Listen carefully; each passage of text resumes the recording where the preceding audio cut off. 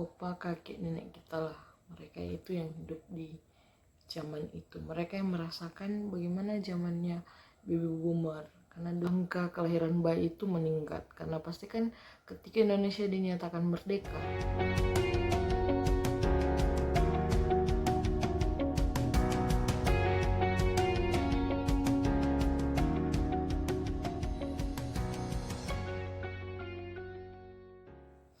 hai guys, kembali lagi di video part 2. Ini kita akan bahas lagi tentang generasi, tapi tunggu dulu. Bagaimana kabar kalian hari ini? Semoga kalian sehat selalu dan selalu diberkati Tuhan di dalam setiap tugas dan tanggung jawab dan apapun yang hari ini kalian sedang kerjakan. Oke? Nah, di video sebelumnya kita kan sudah membahas tentang generasi pertama yang ada di Indonesia, yaitu generasi pre-boomer. Nah, di video kali ini kita akan bahas generasi yang kedua, yaitu baby boomer. Nah, generasi baby boomer itu adalah generasi yang lahir di tahun 1945 atau 46 lah. Jadi generasi ini tuh lahir setelah kemerdekaan.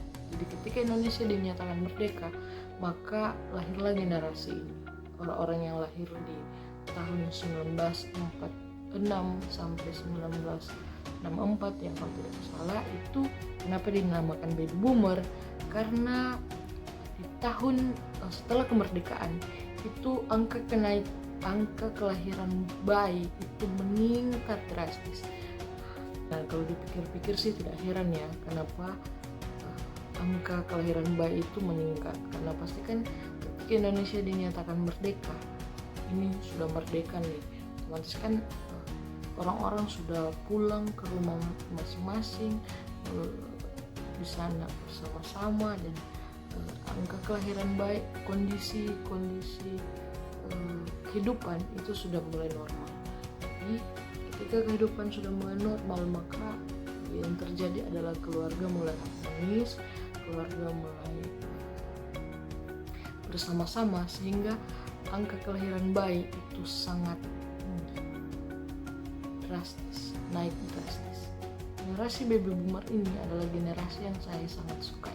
Kenapa? Karena di generasi ini tuh anak-anak masih punya gambaran orang tua yang jelas. Jadi kenapa? Karena di generasi ini keluarga itu masih hidup harmonis, pekerjaan masih semua petani, masih kurang yang namanya industri. Jadi orang-orang tua itu kerja di tetap pulangnya ke rumah.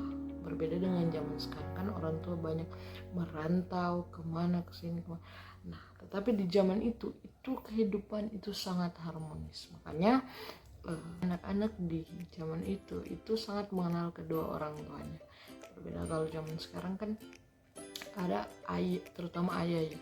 Ayah itu nanti pulang kampung ketika dia sudah anaknya sudah besar, umur 5, 6, 7 tahunan baru dia pulang. Nah, tetapi di zaman ini juga teman-teman, kekerasan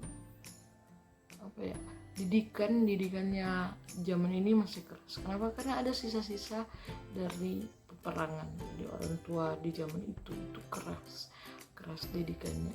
Makanya didikan itu diturun-temurunkan sampai di generasi selanjutnya.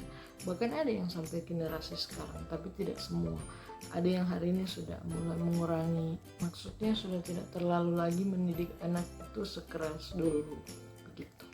Nah, orang-orang yang lahir di zaman itu mungkin hari ini sudah berumur 70 tahunan. Mungkin itu oma, opa, kakek, nenek kita lah. Mereka itu yang hidup di zaman itu. Mereka yang merasakan bagaimana zamannya baby boomer. Karena dulu kalau kita sering ngumpul-ngumpul keluarga nih, pasti kan ada keluarga kita yang saling adu banyaknya anak. Kita punya oma anaknya 9, tapi mama anaknya 11 ya, main bola gitu. Nah, ada kan seperti itu. Nah, keharmonisan di zaman itu harusnya ya kita harus punya di zaman sekarang. Mungkin sekalipun susah ya, kita harus belajar sih mencontohi keharmonisan yang ada di zaman baby boomer.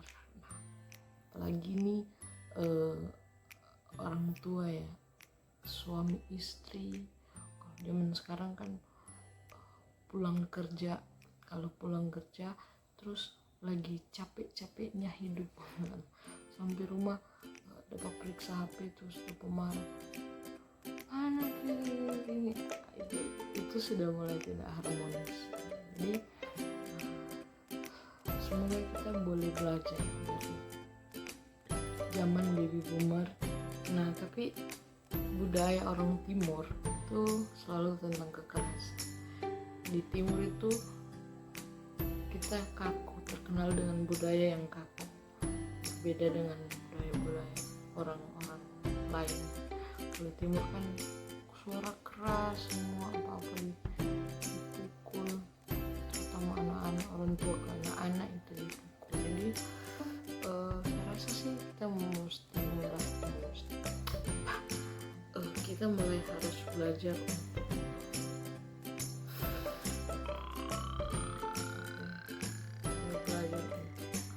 harmonis seperti zaman baby boomer. Nah, di zaman itu juga teman-teman, pendidikan itu masih kurang. Jadi SDM-nya orang-orang di zaman itu, manusia di zaman itu, SDM-nya orang-orang tua kita itu sangat berbeda dengan kita saat ini. Jadi mereka itu di zaman itu yang dominan itu hanya otak kiri.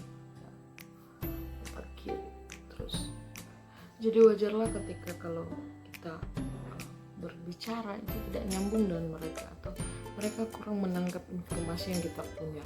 Akhirnya kan kalau hubungan anak dengan orang tua di zaman itu tuh tidak harmonis juga, dikarenakan komunikasi kita tidak jelas.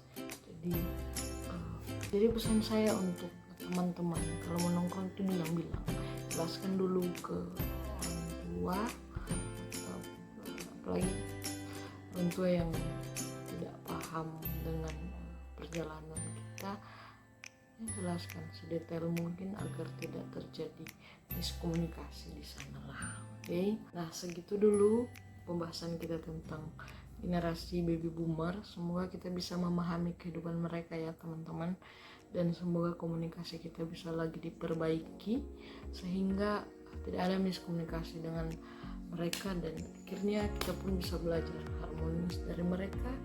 Dan kita bersyukur masih ada mereka yang hari ini kalau masih ada di hidupnya kita. Dan pesan saya sih, kalau kita masih punya orang-orang tua di zaman itu tuh banyak berceritalah dengan mereka. Kenapa? Karena banyak pengalaman, banyak cerita, banyak pelajaran, banyak ilmu yang bisa kita dapat dari mereka. Oke, sekian dulu video kali ini. Jangan lupa like, comment, share, dan subscribe channel ini. Dan kita akan sama-sama belajar tentang apa saja. Kalaupun teman-teman ada saran, silakan komen di bawah. Thank you, bye bye.